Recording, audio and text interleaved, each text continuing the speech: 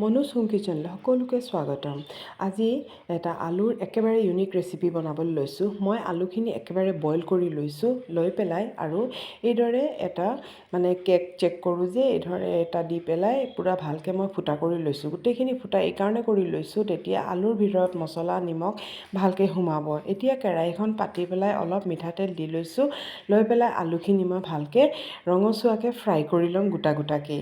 আৰু এই ৰেচিপিটো আমি সকলোৱে ৰেষ্টুৰেণ্টত গৈ পনীৰ দো পিয়াজা খাওঁ বা বহুত ধৰণৰ বস্তু খাওঁ। আজি মই আলুৰ দো পিয়াজা বনাবলৈ লৈছোঁ। তাৰ কাৰণে মই বিলাহী লৈছোঁ, কেঁচা জলকীয়া লৈছোঁ, দালচিনি, ইলাচি, লং কেইটামান লৈ পেলাই এইখিনি মই ভালকৈ গ্ৰাইণ্ড কৰি ল'লোঁ। এতিয়া মই অলপ হালধি দিছোঁ, জলকীয়াৰ পাউডাৰ দিছোঁ, জিৰা ধনিয়াৰ পাউডাৰ দিছোঁ আৰু আদা নহৰুৰ পেষ্ট দিছোঁ। দি পেলাই অলপ পানী দি এইখিনি থৈ দিম, তেতিয়া শুকান মছলাখিনি ভালকৈ ফুলি যাবগৈ। আৰু এতিয়া এইখিনি থৈ পেলাই এতিয়া অলপ মাজে মাজে এইখিনি লৰাই দিম। চাওকচোন ইমান ধুনীয়া এটা কালাৰো আহি গৈছে।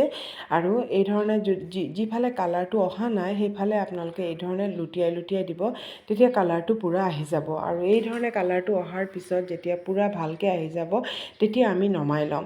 আৰু আমি ৰেষ্টুৰেণ্টত গৈ ইমান টকা দি খোৱাতকৈ আজি আমি অলপ ঘৰতে বনাই খাওঁচোন। আৰু পিঁয়াজখিনি এই ধৰণে মই ডাঙৰ ডাঙৰকৈ এৰুৱাই ল'লোঁ। আৰু এতিয়া পিঁয়াজখিনি মই এই ধৰণে ভালকৈ ভাজি কৰি ল'ম। যেতিয়া তাৰ কালাৰটো অলপ ট্ৰান্সপাৰেণ্ট হ'ব, তেতিয়া এইখিনি মই নমাই দিম। আৰু এয়া চাওক পিঁয়াজখিনি আমাৰ ভজা হৈ গ'ল। এতিয়া মই এইখিনি নমাই দিছোঁ।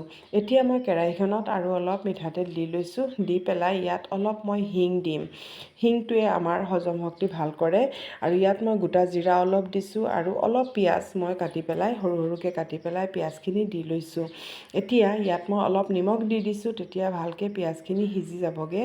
আৰু যিখিনি মছলা মই বনাই থৈছিলোঁ এইখিনি মই এতিয়া ইয়াত দি দিছোঁ আৰু দুখনমান তেজপাতো দি দিছোঁ। আৰু যদি আপোনালোকে ভাবে কচুৰি মেথি বা ধনিয়া পাত দিব পাৰে, মোৰ ওচৰত নাছিলে বাৰু, সেইকাৰণে মই দিয়া নাই। আৰু এতিয়া মই এইখিনি ঢাকি পেলাই থৈ দিছোঁ। আৰু ওপৰত চাওকচোন তেলটো পূৰা বিৰিঙি আহিছে।